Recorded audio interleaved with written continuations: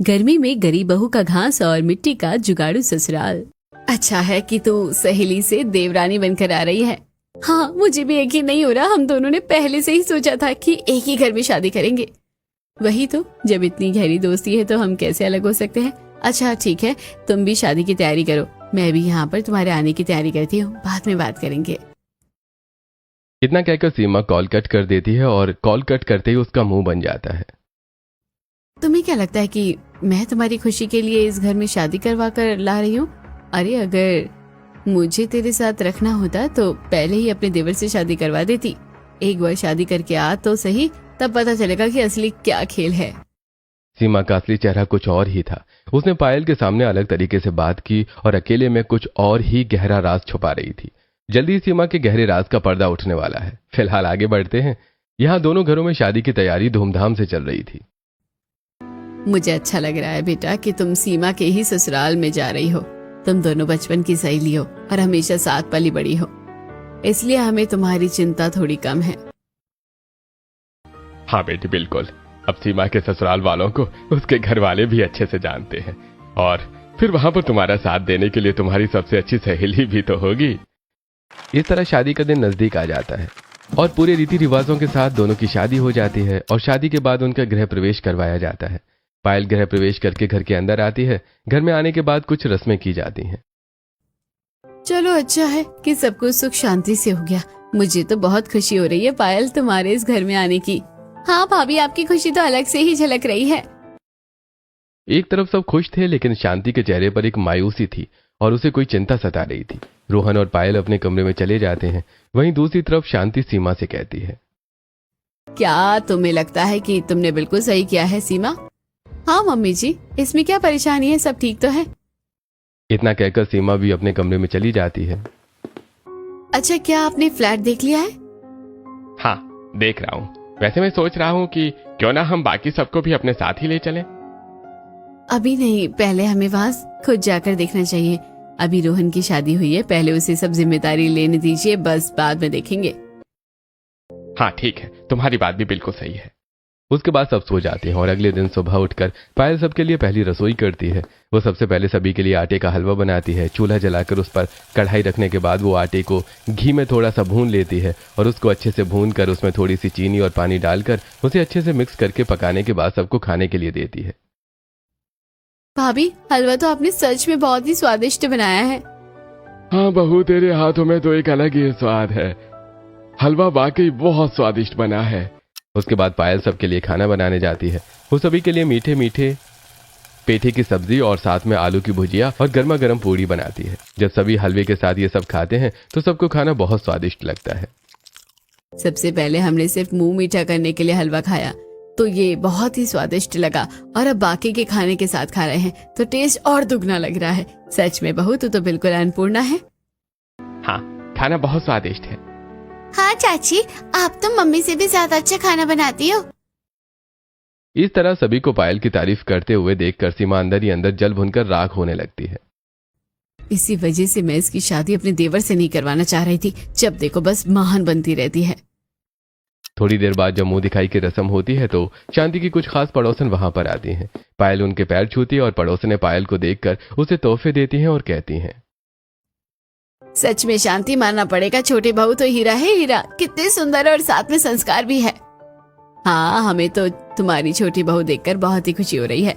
हमें तुम्हारी छोटी बहू बहुत अच्छी लगी। अब ये सब सुनकर जो सीमा को जलने की कसर थोड़ी बहुत बची थी, वो बची कुची कसर भी अब पूरी हो जाती है। जहाँ देखो बस हर कोई इसी की तारीफ करता रहता है, इसलिए मैं नहीं चाहती कि कभी भी इसके साथ मैं सेम घर में रहूं, क्योंकि जब भी देखो हर जगह सबका ध्यान अपनी तरफ खींचने में लगी रहती है। इस तरह दिन बीत जाते हैं। एक दिन जब पायल और सीमा दोनों साथ में बैठकर खाना बना रही थी। कितनी ज्यादा गर्मी हो रही है। गर्मी तो अब बस बढ़ती जा रही है। इस गर्मी की वजह से तो हम बहुत परेशान हो जाएंगे। हाँ, गर्मी का कहर तो सच में बहुत बढ़ रहा है। इस गर्मी की वजह से हमेशा दिमाग भी गर्म रहता है, लेकिन मुझे खुशी है कि हम दोनों अब एक ही घर में हैं। पायल को तो खुशी हो रही थी, लेकिन अभी वो नहीं जानती थी कि एक मुसीबत उसका इंतजार कर रही है। 2 दिन बाद घर के बाहर एक टेम्पो आता है और उसके अंदर घर का मेन सामान लोड हो रहा था। अरे अरे, ये पुराना कूलर नहीं, वो नया कूलर रख दो। जी ठीक है। सीमा सारा सामान टेम्पो में लोड करवा लेती है। मुझे बिल्कुल अच्छा नहीं लग रहा सीमा कि तुम यहाँ से जा रही हो। मैं तो बिल की हमेशा साथ रहना चाहती हूँ। हे भगवान, ये कितना बोलती रहती है, बिल्कुल हाथ मुंह धोकर पीछे पड़ जाती है। बस जल्दी से यहाँ से जाऊं तो पीछा छूटे इससे मेरा। हाँ बिल्कुल, अगर सब साथ रहते हैं तो ज्यादा अच्छा होता है। मम्मी जी, आप तो अच्छे से जानती हैं कि हम यहाँ से जाकर खुश नहीं हैं, लेकिन अब इनकी नौकरी इतनी दूर हो गई है, इसी वजह से जाना तो पड़ेगा ही। इतना कहकर सीमा वहां से चली जाती है और अब घर में कम सदस्य रह जाते हैं। लेकिन अब पायल के लिए सिर्फ यही एक परेशानी नहीं थी, उसके लिए बल्कि एक और बड़ी चुनौती थी। आज दोपहर में फिर से रोहन जॉब से घर वापस आता है। वो कमरे में कपड़े बदलकर बिस्तर पर लेटा था, तब पायल वहां जाती है। आज आप ऑफिस से जल्दी घर आ गए? क्या आप हाफ डे लेकर आए हैं? अरे मुझे हाफ डे लेने की क्या जरूरत है, मैं तो सीधा नौकरी छोड़कर आया हूँ। यह बात सुनते ही पायल के पांव तले जमीन खिसक जाती है और वो परेशान होकर कहती है, क्या कहा? आपने नौकरी छोड़ दी? लेकिन आपने ऐसा क्यों किया? आपने इस एक हफ्ते के अंदर ये दूसरी नौकरी छोड़ी है। अगर आप ऐसा करोगे तो घर का खर्चा कैसे चलेगा? देखो, घर का खर्च को चलाना मेरी जिम्मेदारी नहीं है, ये सब तो भैया अपने आप देख लेंगे। लेकिन मैं किसी के यहाँ नौकरी नहीं कर सकता। जब देखो मुझे ऑर्डर मारते हैं। मैं तो अपना खुद का बिजनेस करना चाहता हूँ। मुझे तो अपना खुद का बिजनेस चाहिए और मैं अपनी मनमर्जी का मालिक बनूंगा। यह बात सुनकर पायल को गुस्सा आ जाता है। भैया पहले ही कितनी मेहनत कर रहे हैं और अब वो लोग फ्लैट में चले गए हैं, वहाँ पर उन्हें उसका होम लोन भी भरना है। अब भैया कब तक कमाकर ऐसे हमें देते रहेंगे? अब आपको भी कुछ करना चाहिए। सिर्फ इस रीजन की वजह से आप नौकरी नहीं छोड़ सकते, वरना घर में खाने के लाले पड़ जाएंगे। देखो, मुझे ज्यादा शिक्षा देने की जरूरत नहीं है, समझी ना। तुम्हें इस घर में आए हुए अभी सिर्फ 10 दिन हुए हैं, लेकिन तुम्हें नहीं पता ये घर ऐसा नहीं है, काफी अलग है। यहाँ सब चीज का इंतजाम हो जाता है।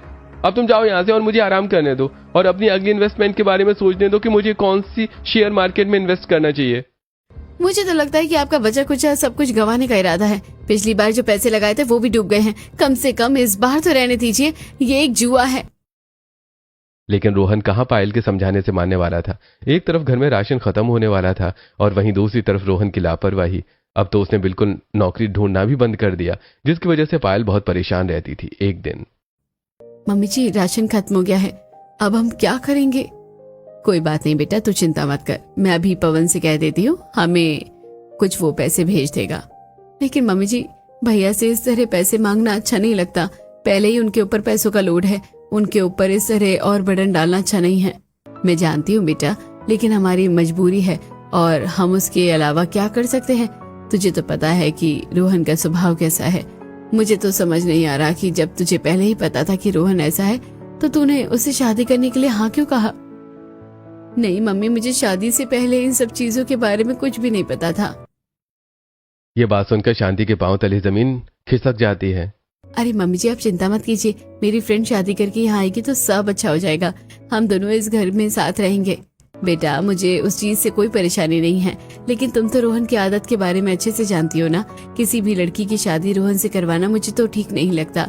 जब तक ये सुधर नहीं जाता तब तक इसकी शादी का कोई फायदा नहीं है। अरे मम्मी जी, आप चिंता मत कीजिए, मेरी सहेली आकर अपने आप सब ठीक कर देगी। उसे इस बारे में सब पता है। शांति भी आगे पायल को और क्या ही कहती। उदास होकर वो अपने बड़े बेटे पवन को फोन करती है।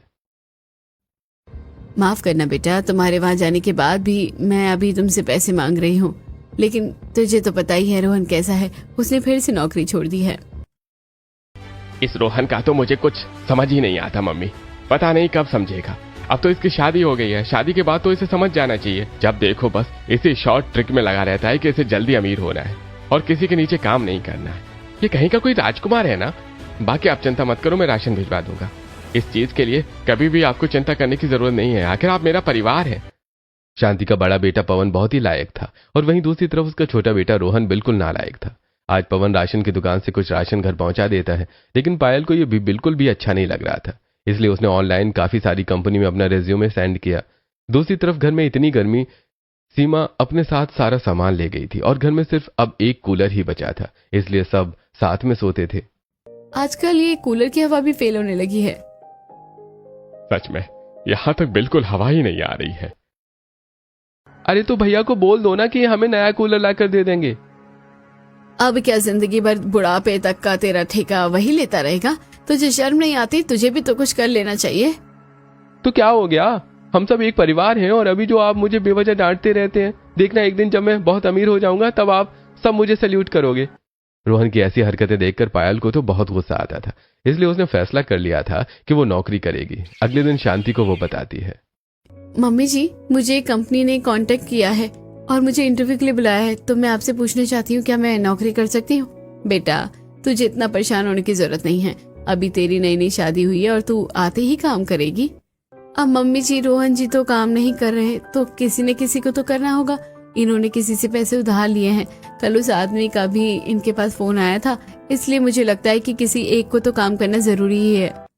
शांति को भी मजबूरन न चाहते हुए भी हाँ करना पड़ता है और अब पायल इंटरव्यू के लिए जाती है। देखिए, आपकी नॉलेज तो बहुत अच्छी है, यानी आपने पहले 1 साल कंपनी में काम किया, लेकिन उसके बाद गैप क्यों आ गया? दरअसल उसके बाद मेरी शादी फिक्स हो गई थी और कुछ समय के लिए मुझे जॉब से गैप लेने को बोल दिया गया। ठीक है, तो कल से आप यहाँ पर ज्वाइन कर सकती हैं। Thank you so much sir. इस तरह पायल को जॉब मिल जाती है और वो खुशी खुशी घर आती है। जब ये बात सबको पता चलती है तो सब खुश होने के बजाय थोड़ा दुखी होते हैं। क्या बात है, आप सब इतना परेशान क्यों हैं? क्योंकि हमारे नालायक आवारा बेटे की वजह से तुम्हें नौकरी पर जाना पड़ रहा है। बहू, मुझे बिल्कुल भी अच्छा नहीं लग रहा। कोई बात नहीं पापा जी, मुझे पूरा यकीन है कि एक दिन उन्हें सब समझ आएगा, लेकिन तब तक हमें भी तो कुछ करना चाहिए। वहीं गर्मी से सबकी हालत खराब थी और निधि जब पानी पीती है तो एक तो पहले घर में फ्रिज था, सीमा भाभी फ्रिज भी ले गई, अब तो ठंडा पानी भी नहीं मिलता।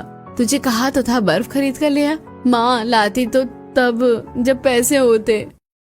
सबको परेशान देखकर पायल एक जुगाड़ करती है। वो रसोई के पास वाला एरिया, वहां की मिट्टी को अच्छे से खोद देती है। पायल ने निधि को घास लेने भेजा था और निधि जब घास लाती है तब पायल वहां पर बहुत सारी घास रखकर उसमें पानी डाल देती है। फिर वो मटके पर गीला कपड़ा लगाकर उस मटके को उसके अंदर रख देती है।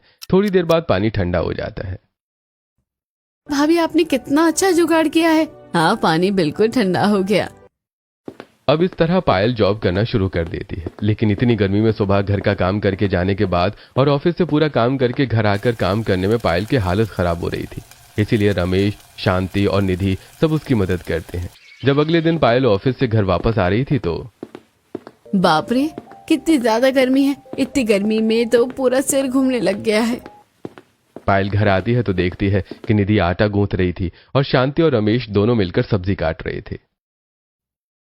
मम्मी जी, पापा जी, आप दोनों को इस तरह परेशान होने की कोई जरूरत नहीं है। मैंने कितनी बार कहा है कि ये काम मैं खुद कर लूंगी। क्यों बेटा, अगर हम मदद कर देंगे तो कुछ गलत हो जाएगा? नहीं ना, तू इतनी मेहनत से बाहर से काम करके आती है तो क्या हम तेरे लिए इतना भी नहीं कर सकते? हाँ बहू, चिंता मत करो, हम खाना अच्छा बनाएंगे। हाँ, तुम्हारे जितना स्वादिष्ट नहीं बना पाएंगे, लेकिन खाने लायक तो बन जाएगा। हाँ भाभी, आप जल्दी से नहा लीजिए, फिर हम साथ बैठकर खाना खाएंगे।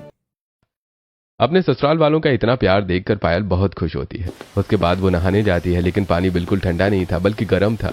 वो बाहर आती है तो देखती है कि रमेश जब गर्मी में चूल्हे के सामने बैठा था तो उसे घबराहट, बेचैनी होने लगती है और चक्कर आ जाते हैं। इस बात से सभी बहुत घबरा जाते हैं और उसे जल्दी से हॉल में लाकर चारपाई पर कूलर के सामने लिटाया जाता है। सब गर्मी की वजह से हुआ है। एक तो ये कूलर भी कितनी कम हवा देता है। सभी को गर्मी से परेशान होता देखकर पायल को बिल्कुल भी अच्छा नहीं लगता। गर्मी से सबकी हालत खराब हो रही थी और उसके पास इतने पैसे नहीं थे कि वो अभी कुछ नया कूलर या एसी खरीद सके। रात को वो इसी चिंता में सोती नहीं और करवटें बदलती रहती है। तब अचानक से पायल को एक आइडिया आता है। बचपन में हमें याद है हम कैसे मिट्टी के घर में रहते थे। हमारे गांव में तो ऐसी बहुत सी चीजें हैं, क्यों ना मैं भी अपने गांव वालों के लिए ऐसा कुछ करूं। इससे उन्हें गर्मी कम लगेगी और फिर कुछ समय बाद मैं पैसे जमा करके उनके लिए कूलर ले आऊंगी। पायल को बहुत अच्छा आइडिया आता है। अगले ही दिन वो इस बारे में सबको बताती है और निधि के साथ जाकर तसले में नदी किनारे से मिट्टी लेकर आती है। भाभी, इस तरह तो हमें बहुत चक्कर लगाने होंगे मिट्टी के लिए। हाँ निधि, करना तो होगा, क्योंकि पापा जी की तबीयत गर्मी की वजह से कितनी खराब हो गई है। अगर किसी को भी हीट स्ट्रोक आ गया तो बहुत दिक्कत हो सकती है। इस तरह पायल और निधि दोनों गर्मी में बहुत मेहनत करती हैं और ढेर सारी मिट्टी लाकर आंगन में जमा कर लेती हैं। भाभी, आज तो बहुत थक गए हैं, अब बाकी काम कल कर लेंगे। अब पायल सबके लिए ठंडे पानी की शिकंजी बनाती है और जब सब पीते हैं तो सबको अच्छा लगता है। ओह, मजा आ गया, आपने बहुत अच्छी शिकंजी बनाई है। हाँ, आज तुमने इतनी मेहनत की, उसका रिवॉर्ड है। फिर तो लगता है कि डेली ही मेहनत करनी पड़ेगी। अब अगले दिन पायल ऑनलाइन एआई की मदद से घर को ठंडा रखने के लिए बहुत सी चीजों के बारे में पढ़ती और समझती है और उसके बाद निधि को दिखाती है। देखो, हमें घर को ठंडा करने के लिए ये सब करना होगा। सबसे पहले घर की दीवारों को मिट्टी और घास से लीपना शुरू करते हैं। अब पायल और निधि घर के अंदर की दीवारों को मिट्टी से लीपना शुरू करते हैं। उसमें शांति भी थोड़ी बहुत उनकी मदद कर देती है। पायल के मना करने के बाद भी शांति नहीं मानती और इस तरह उनका अंदर की दीवार का काम जल्दी ही खत्म हो जाता है। उसके बाद वो बाहर की दीवार को शुरू करते हैं।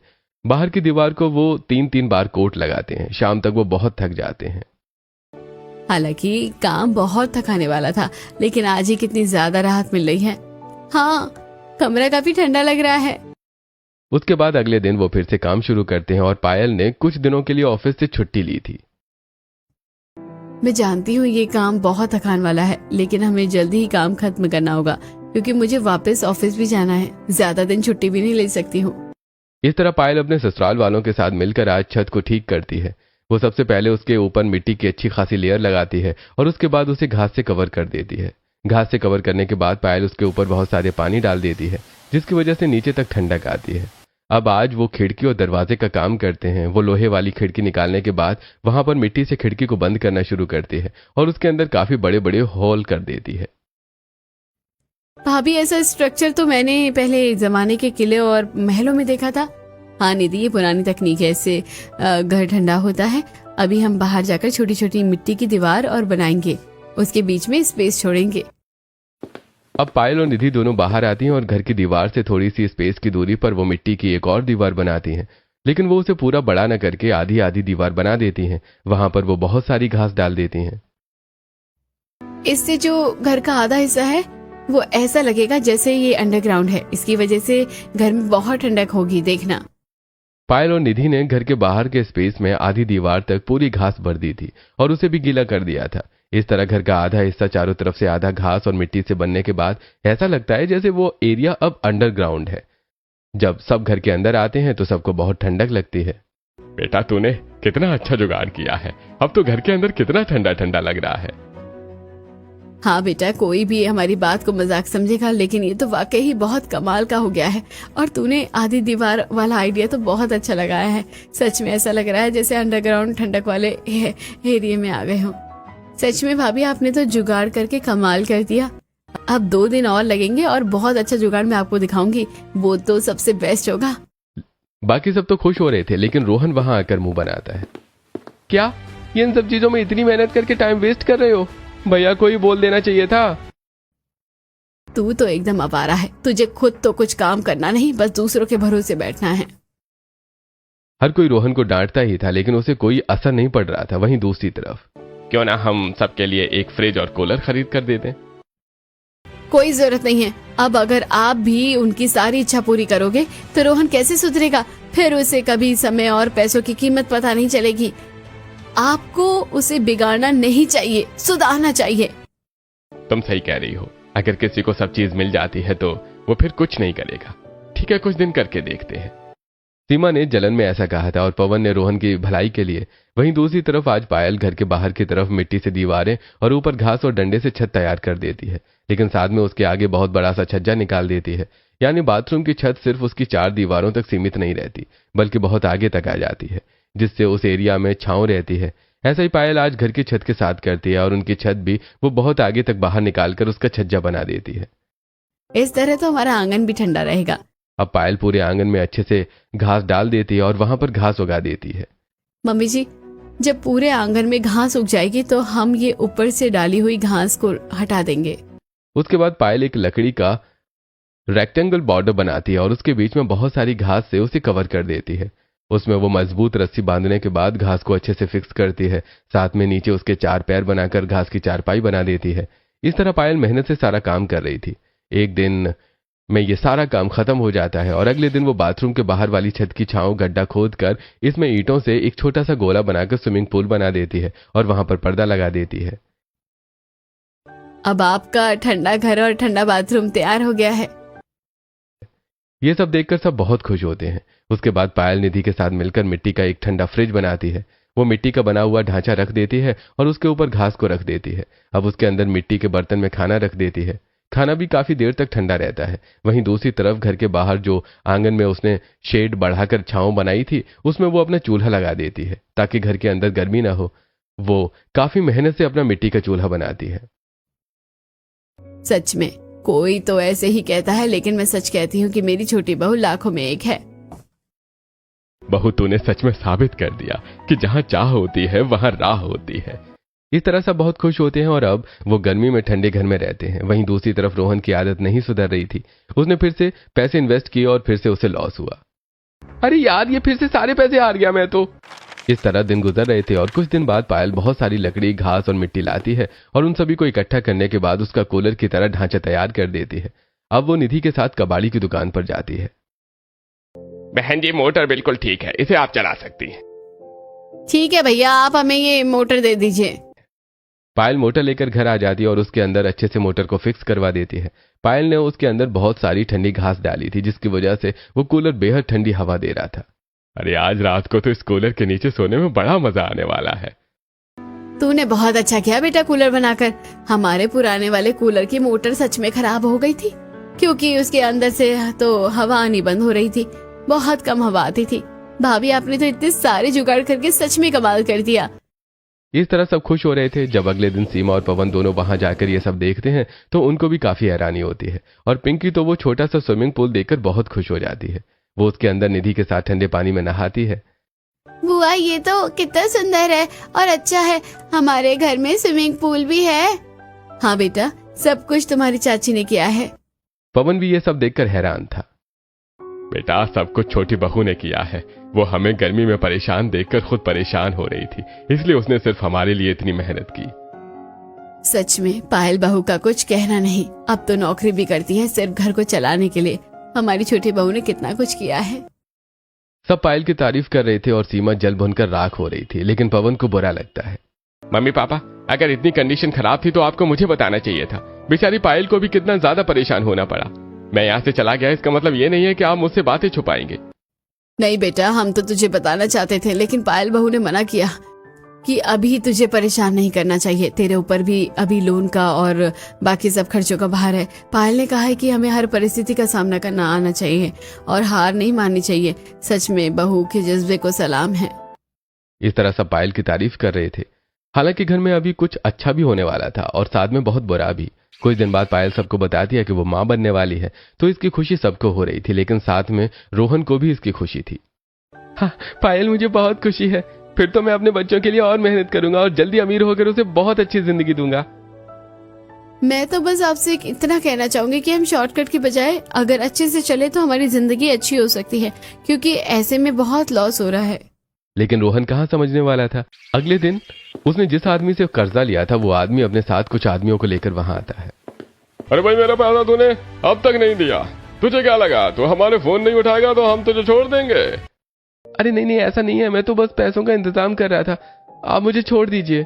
अरे इनके घर से जितना भी सामान है सब उठा लो।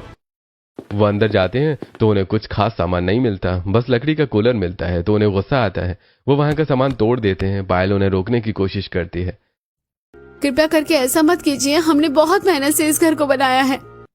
लेकिन वो आदमी पायल को धक्का मारकर गिरा देते हैं। ऐसा मत समझना कि हम तुझे छोड़ देंगे। तुम्हारे तो घर में भी कुछ ढंग का नहीं है। धमकी देकर आदमी वहां से चला जाता है। लेकिन रोहन को पायल की बड़ी चिंता होती है, तो वो उसे जल्दी से हॉस्पिटल लेकर जाता है। वहां पर पायल की डॉक्टर उसे चेक करती है। अभी तो बच्चा और माँ बिल्कुल ठीक है, लेकिन अगर दोबारा ऐसा कुछ हुआ तो कुछ भी हो सकता है, ध्यान रखिए। ये सब देखकर और ऐसा सुनकर रोहन के मन में डर बैठ जाता है। आज रोहन लाइफ की सिचुएशन को देखकर बहुत सीरियस था और गुमसुम भी। वो किसी से नजरें नहीं मिला पा रहा था कि उसकी वजह से ऐसा हुआ। वहीं दूसरी तरफ पायल भी मायूस थी कि इतनी मेहनत से उसने जो जुगाड़ किए वो सब खराब हो गए। लेकिन पायल के अंदर अलग ही जुनून था। इतनी आसानी से वो कहाँ हार मानने वाली थी। वो उन सबको ठीक करती है। सबसे पहले जो फ्रिज टूट गया था उसे ठीक करती है। बेटा रहने दे, अब क्यों दोबारा मेहनत कर रही है, सब खराब हो गया। तो क्या हुआ मम्मी जी, यही तो जिंदगी है। जो खराब होता है उसी को संवारना होता है, चाहे वो मिट्टी हो या सोना। ये बात रोहन के मन को छू जाती है और वो अब पायल का ऐसा जुनून देखकर उसकी मदद करता है। ये देखकर पायल बहुत खुश होती है। कोई किसी से कुछ नहीं कहता, लेकिन सब एक दूसरे को देखकर फिर से हिम्मत करते हैं और सब कुछ ठीक करते हैं।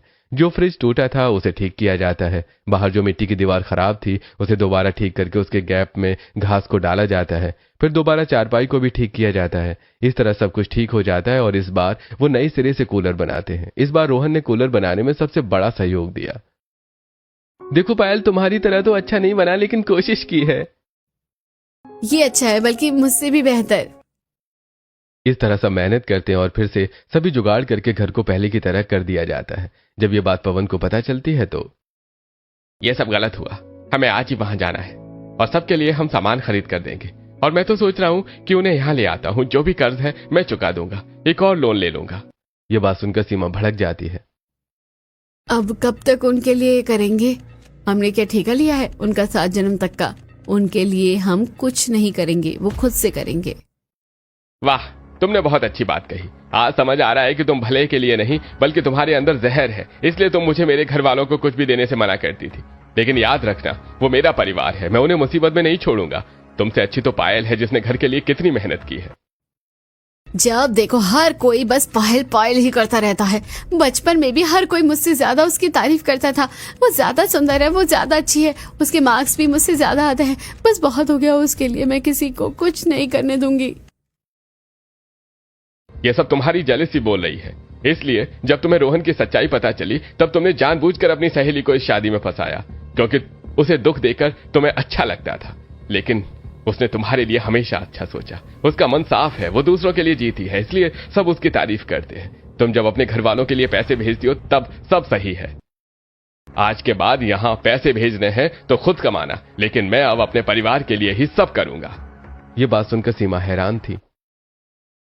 और पायल से चिढ़ना बंद करो।